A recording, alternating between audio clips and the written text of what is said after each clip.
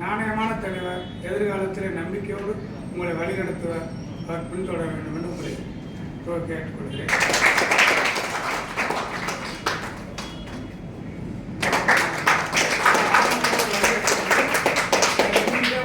மேடையில் அறிமுகம்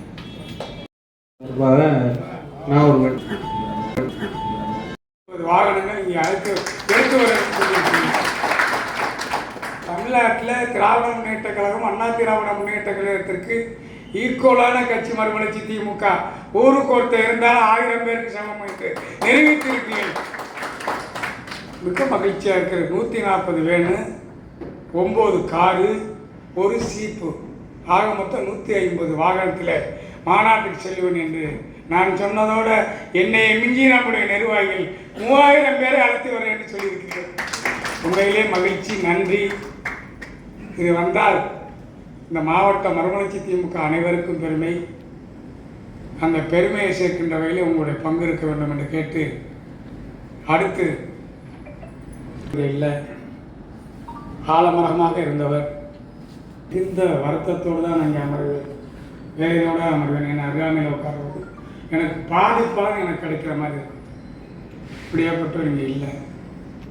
இருந்தாலும் அந்த இடம் நிறைவேற்றப்பட வேண்டும். மாவட்ட கழகத்துடைய ஒப்புதலோடு, நம்முடைய வழக்கறிஞருடைய ஒப்புதலோடு, உங்களுடைய ஒப்புதலோடு ஒருவர் நியமிக்கப்பட வேண்டும். அது யாருக்கு கொடுக்கலாம் என்ற முடிவு செய்யப்பட்டு நம்முடைய வழக்கறிஞருக்கு முதலில் வழங்கலாம் என்று குறிப்பிட்ட நாளாக நினைத்தது உண்மை. அதற்கு பிற்பாடு நம்முடைய அண்ணன் ஆரோக்கியசாமி இருந்த இடத்தில் இந்த இயக்கத்திற்காக 30 ஆண்டு காலம் எதையும் கேட்காமல் எதிர்பார்க்காமல் உழைத்தவர் ஆரோக்கியசாமி.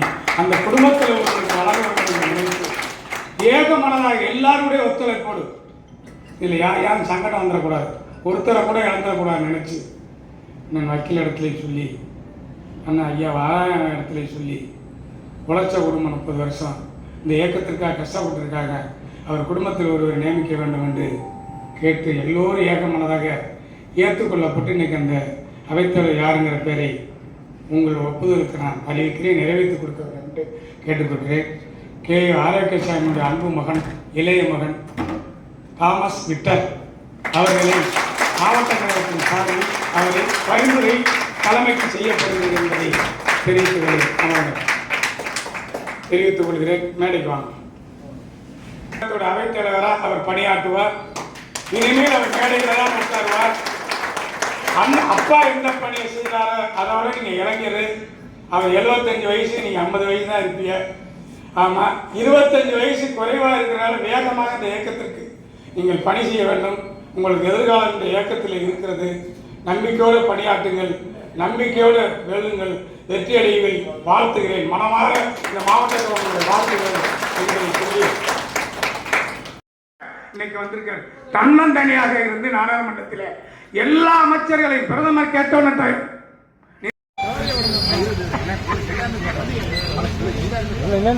எல்லாரும் தெரியும்.